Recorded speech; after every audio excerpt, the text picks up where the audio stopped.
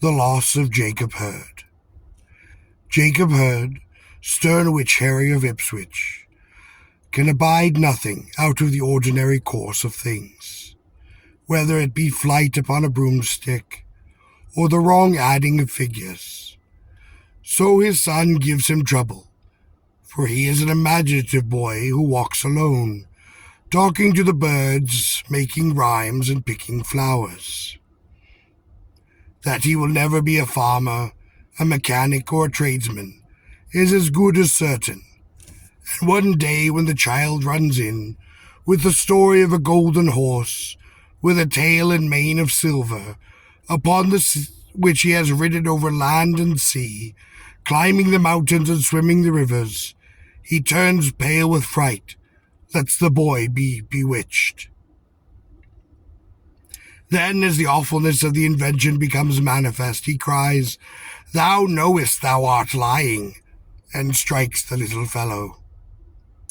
The boy staggers into his mother's arm, and the night falls into a fever.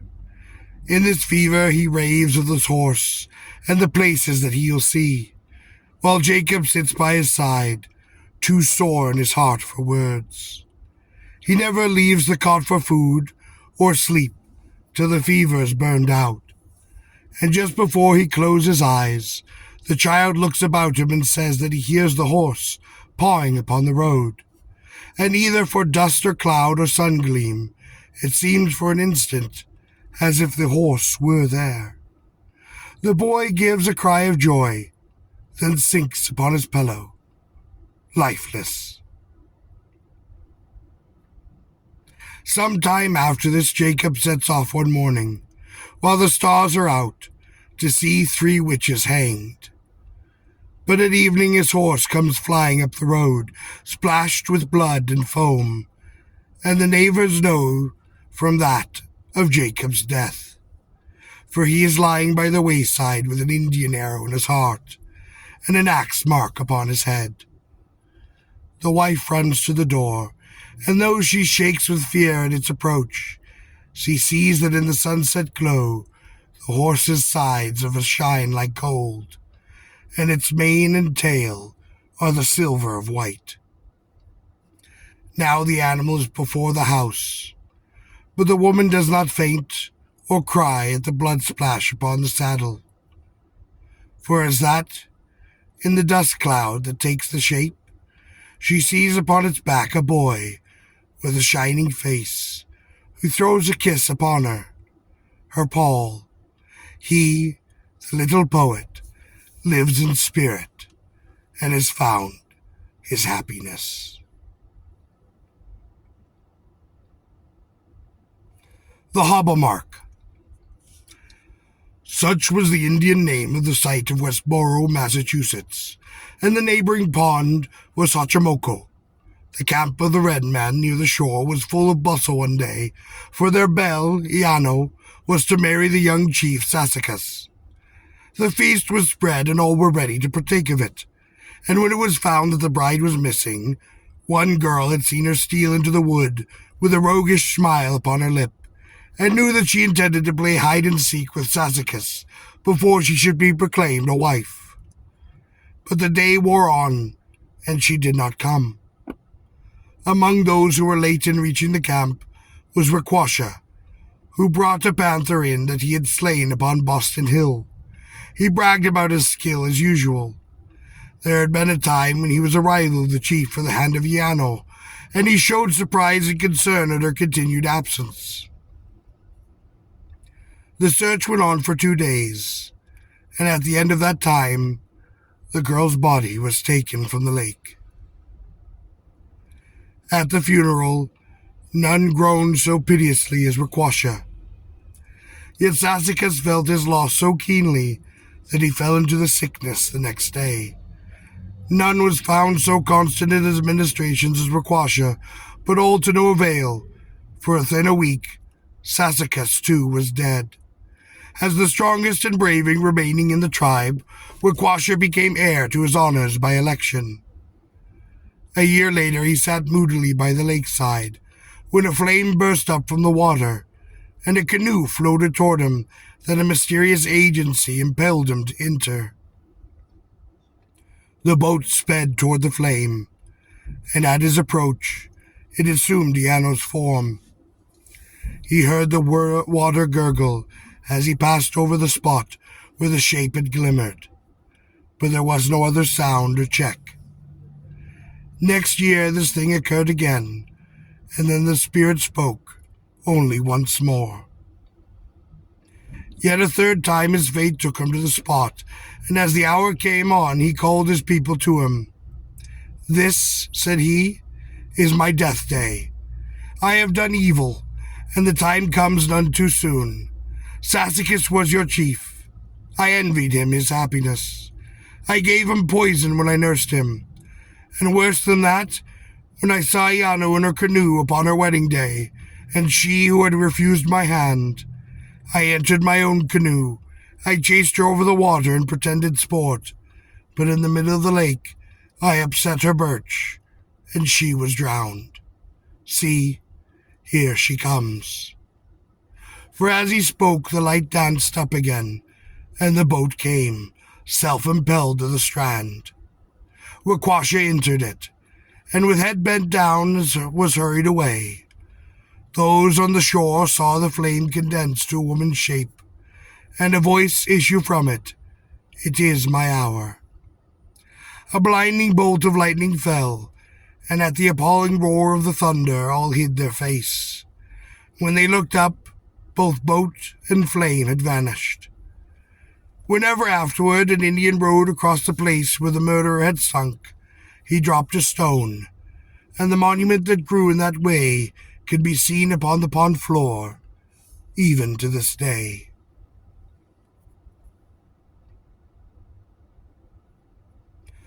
Berkshire Tories. The Tories of Berkshire, Massachusetts, were men who had been endeared to the king by holding office under warrant from their sacred personage. They had gently dealt with by historians, but that is overstrained magnanimity which concerns its charities and praises for defeated champions of the wrong, and reserves its censures for triumphant defenders of the right.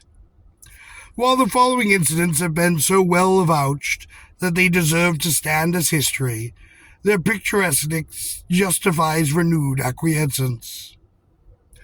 Among the Loyalists was Gideon Smith of Stockbridge, who had helped British prisoners to escape, and had otherwise made himself so obnoxious that he was forced for a time to withdraw and pass a season of penitence and meditation in a cavern near Lennox, that is called the Tories' Glen. Here he lay for weeks, and none but his wife knowing where he was. But at his request she walked out every day with her children, leading them past his cave, where he fed upon their faces with hungry eyes. They prattled on, never dreaming that their father was but a few feet from them. Smith survived the war, and he lived to be on good terms with his old foes. In Leno lived a Tory, one of those respectable buffers to whom wealth and family had given immunity in the early years of the war, but who sorely tried the tempers of his neighbors by damning everything American from Washington downward. At last they could endure his abuse no longer. His example had affected other Anglomaniacs, and a committee waited upon him to tell him that he could either swear allegiance to the colonies or be hanged. He said he would be hanged if he would swear, or words to that effect, and hanged he was. Upon a ready-made gallows in the street, he was let down shortly, brought around with rum, and an oath was offered again, but he refused it. This had not been looked for, because it had been taken for granted that he would abjure his fealty to the king upon the first tightening of the cord upon his neck. A conference was held, and it was declared that retreat would be undignified and unsafe. So the Tory was then swung up again, this time with a yank that seemed to mean business. He hung taut for some time, and when lowered he gave no sign of life.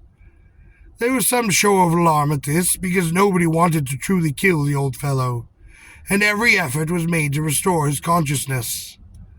At last his lungs heaved, the purple did fade from his cheeks, and his eyes opened.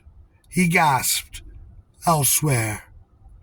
With a shout of joy, the company hurried him to the tavern, seated him before the fire, and put a glass of punch within his hand. He drank the punch to Washington's health, and after a time was heard to remark to himself, "It's a hard way to make wigs, but it'll do it." Nathan Jackson of Tringham was another Yankee who had seen fit to take arms against his countrymen, and when captured he was charged with treason and remanded for trial.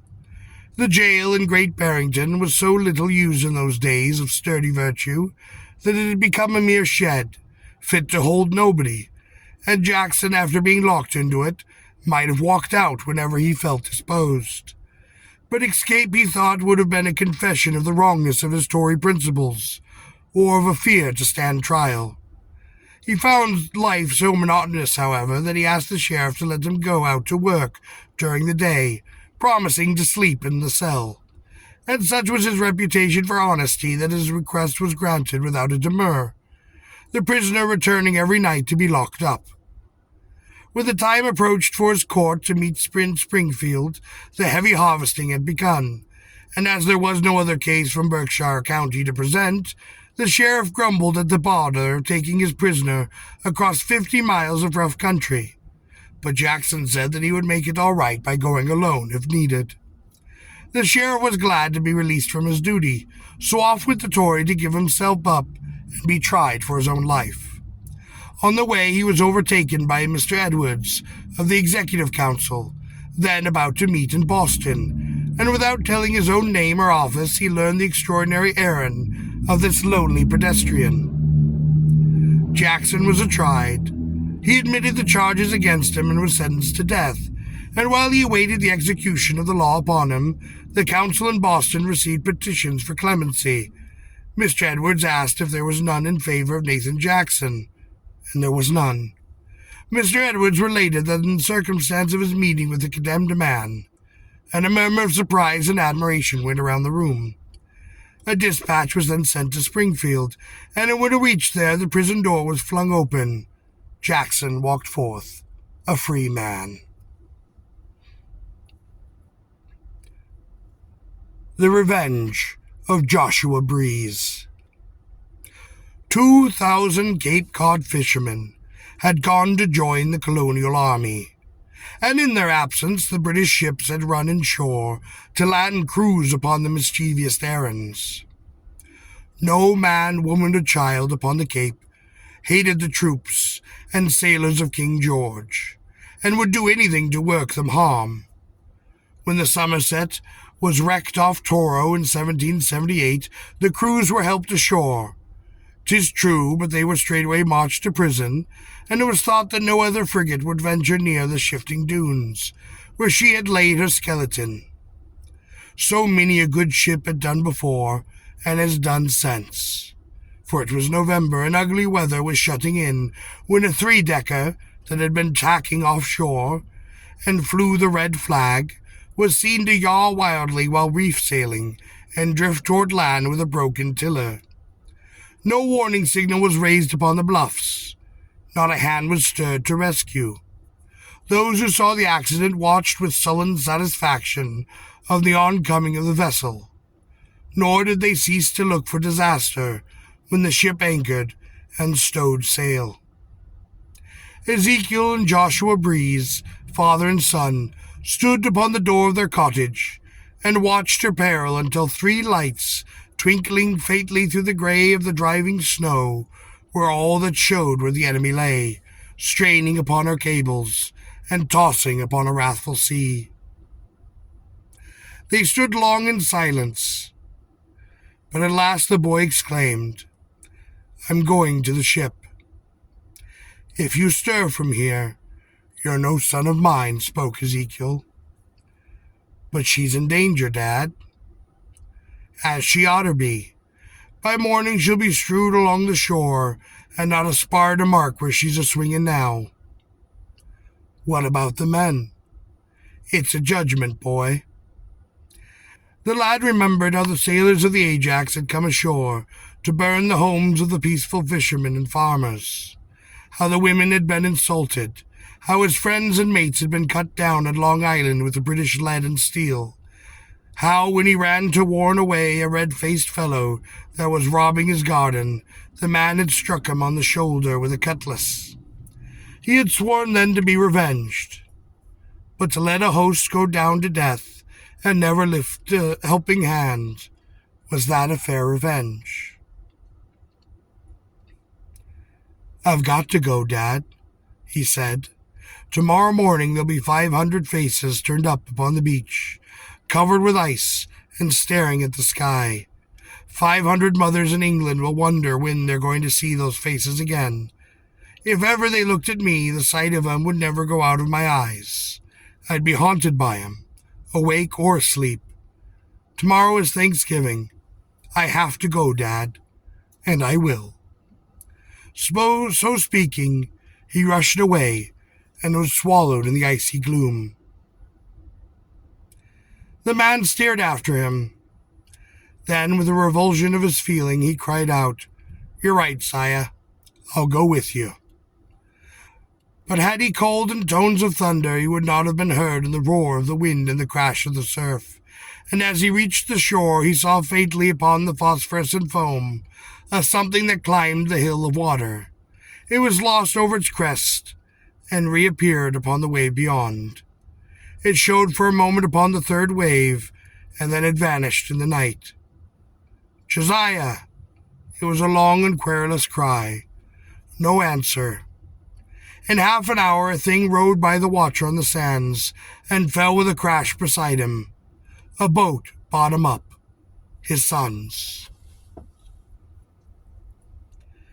Next day it broke clear, with a new snow upon the ground, and in his house at Provincetown Captain Breeze was astir betimes, for his son Ezekiel and his grandson Josiah, and all his other relatives who were not at the front with Washington, were coming for a family reunion. Plump turkeys were ready for the roasting. Great loaves of bread and cake stood beside the oven. Redoubtable pies of pumpkin and apple filled the air with a maddening odor. The people gathered and chattered around his cheery fire of the damage that the storm had done, when Ezekiel stumbled in, his brown face haggard, his lips working, and a tremor in his hands. He said "Josiah" in a thick voice, then leaned his arms against the chimney and pressed his face upon them. Among fishermen whose lives are in daily peril, the understanding of misfortune is quick, and the old man put his hand upon the shoulder of his son and bent his head. The day of joy was become a day of gloom. As the news went on, the house began to fill with sympathizing friends. There was a talking in low voices through the rooms, when a cry of surprise was heard outside. A ship, cased in tons of ice, was forging up the harbor, her decks swarming with blue jackets, some of whom were beating off the frozen masses from lower spars and rigging. She followed the channel so steadily, it was plain to see that a wise hand was at her helm. Her anchor ran out, and she swung upon the side. "The Ajax, as I am a sinner," exclaimed a sailor upon the shore. A boat put off from her, and people angrily collected upon the wharf with talk of getting out their guns, when a boyish figure arose upon the stern, and was greeted with a shout of surprise and of welcome. The boat touched the beach. Josiah Breeze leapt out of it, and in another minute his father had him in a bear's embrace, making no attempt at all to stop the tears that welled and swelled from his eyes. An officer followed Josiah upon shore, and going to the group he spoke. "That boy is one to be proud of.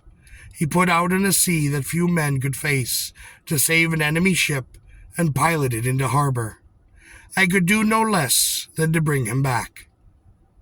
There was praise, and there was laughter, and a clasping of hands, and when the Thanksgiving dinner was placed, smoking upon the board, the commander of the HMS Ajax was among the jolliest of the guests at Captain Breeze's table. The May-Pole of the Merrymount. The people of Merrymount, unsanctified in the eyes of their Puritan neighbours, for were they not Episcopals, who had pancakes at shove-tide and way-sail at Christmas, were dancing about their May-pole upon a summer evening, for they tried to make it May throughout the year. Some were masked like animals, and all were trickled with flowers and ribbons. Within their circle, sharing in song and jest, were the lord and lady of the revels, an English clergyman waiting to join the pair in wedlock. Life, they sang, should be all jollity, away with care and duty, leave wisdom to the weak and the old, and sanctity for fools. Watching the sport from a neighbourhood wood stood a band of frowning Puritans. And as the sun set they stalked forth, and they broke the circle. All was dismay. The bells, the laughter, and the song were silent, and some who had tasted Puritan wrath before shrewdly smelled their stocks. A Puritan of iron face, for it was Endicott, who had cut the cross from the flag of England, warning aside the priests of Baal, proceeded to hack the pole down with his sword. A few swinging blows, and down it sank, with its ribbons and its flowers. So shall fall the pride of all the vain, so shall come to grief the preachers of any false religion, quoth he. Truss those fellows to the trees, give them half a dozen of blows apiece as token that we brook no ungodly conduct in hosting to our liberties. And you, king and queen of the May, have you no better things to think about than fiddling and dancing?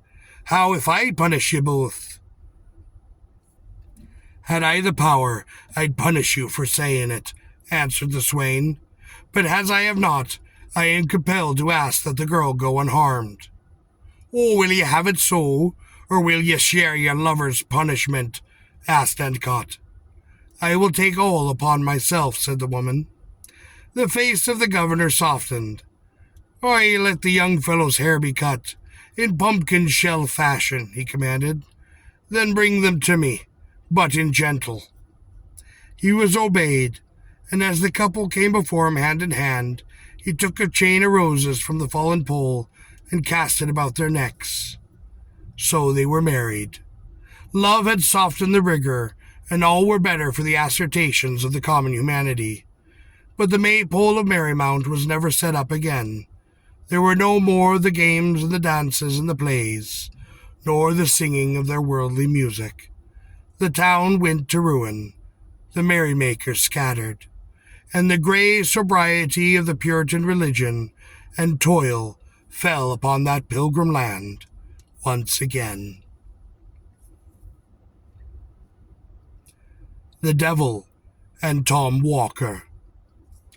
When Charles River was lined with groves and marshes, there lived in a cabin near Brighton, Massachusetts, an ill-fed rascal named Tom Walker. There was but one in the Commonwealth who was more pernicious, and that was his wife. They squabbled over the spending of a penny, and each grudged the food given to the other. One day, as Tom walked through the pine wood near his place, by habit watching the ground, for even there a farthing might be discovered, he prodded his walking stick into his skull, cloven deep by an Indian tomahawk. He kicked it to shake the dirt off, when a gruff voice spake, "What you doing in my grounds?" A swarthy fellow with the face of a charcoal burner sat upon a stump, and Tom wondered that he had not seen him as he approached. He replied, "Your grounds? They belong to the Deacon Peabody." "Deacon Peabody be damned," cried the blackened fellow. "I think he will be anyhow, if he does not look after his own little sins a little sharper, and a little let curiously after his neighbours. Look if you want to see how he is a-faring." He then pointed to a tree. He called Tom to notice that the deacon's name was written upon the bark, and that it was rotten to the core. To his surprise, Tom found that nearly every tree had the name of some prominent man cut upon it. "Who are you?" he asked. "Oh, I go by different names in all the different places," replied the Dark One. "In some countries I am the Black Miner, in some the Wild Huntsman. Here I am simply the Black Woodman. I am the patron of the slave dealers, and the master of the Salem witches." "I think you are the devil," blurted Tom. "If that be, I'm at your service," replied his majesty. Now Tom, having lived long with Mrs. Walker, had no fear of the devil, and he stopped to have a short talk with him. The devil remarked in a careless tone that Captain Kidd had buried his treasure in the wood, under his majesty's charge, and that whoever wished could find and keep it by making a usual concession. This Tom declined. He told his wife about it, however, and she was angry with him for not having closed that bargain at once, declaring that he had not courage enough to add treasure to their possessions. She would not hesitate to do it. Tom showed no disposition to check her. If she got the money, he would try to get a share of it, and if the devil took away his helpmate, well, there were things that he had made his mind to endure, when he had to. True enough, the woman started for the wood before sundown, with her spoons still in her apron. When Tom discovered that the spoons were gone, he too set off, for he wanted those back. Anyway, but he did not overtake his wife. An apron was found in a tree containing a dried liver and a withered heart, and near that place the earth had been trampled and strewn with handfuls of coarse hair that reminded Tom of the man that he had met upon the woods. "Egad," he muttered, "old Nick must have had a tough time with her." Half in gratitude and half in curiosity, Tom waited to speak to the dark man, and was next day rewarded by seeing the personage come through the wood with an axe, whistling carelessly. Tom at once approached him upon the subject of the buried treasure, not the vanished wife, for her he no longer regarded as a treasure. After some haggling, the devil proposed that Tom should start a loan office in Boston, and use Kidd's money in exacting usury. This suited Tom. He promised to screw 4% a month out of the unfortunates who might ask his aid, and he was seen to start for town with a bag which his neighbors thought to hold his crop of starveling turnips, but was really a king's ransom in gold and jewels, the earnings of the Captain Kidd in long years of his honest piracy. It was in Governor Belcher's time, and cash was scarce. Merchants and professional men, as well as the thiefless, went to Tom for money, and as he always had it, his business grew, until he seemed to have a mortgage on half the men in Boston who were rich enough to be in debt. He even went so far as to move into a new house, to ride in his own carriage, and to eat enough to keep a body and his soul together, for he did not want to give up his soul to the one who had claimed it just yet. The most singular proof of his thrift, showing that he wanted to save soul and money birth, was shown in his joining of the church, and becoming the most prayerful of Christians. He kept a Bible in his pocket, and another upon his desk, resolved to be prepared if a certain gentleman should come to call. He buried his old horse feet uppermost, for he was taught that on Resurrection Day the world would be turned upside down, and he was resolved, if his enemy appeared, to give him a run for it. While employed one afternoon in the congenial task of foreclosing a mortgage, his creditor begged for another day to raise the money. Tom was irritable on account of the hot weather, and talked to him as a good man of the church ought not to do. "You have made so much money out of me," wailed the victim of Tom's philanthropies. "Now the devil take me if I've made a farthing," exclaimed Tom. At that instant there was 3 knocks upon the door, and stepping out to see who was there, the money-lender found himself in presence of his fate. His little Bible was in coat on a nail, and the bigger one was upon his desk, and he was out without defence. The evil one then caught him up like a child, had him upon the back of his snorting steed in no time, and given the beast a curt, he flew like the wind in the teeth of a rising storm toward the marshes of Brighton. As he reached there, a lightning flash descended into the wood and set it out upon fire. At the same moment, Tom's house was discovered to be within flames. When his effects were examined, nothing was found in his strong boxes but cinders and shavings of wood.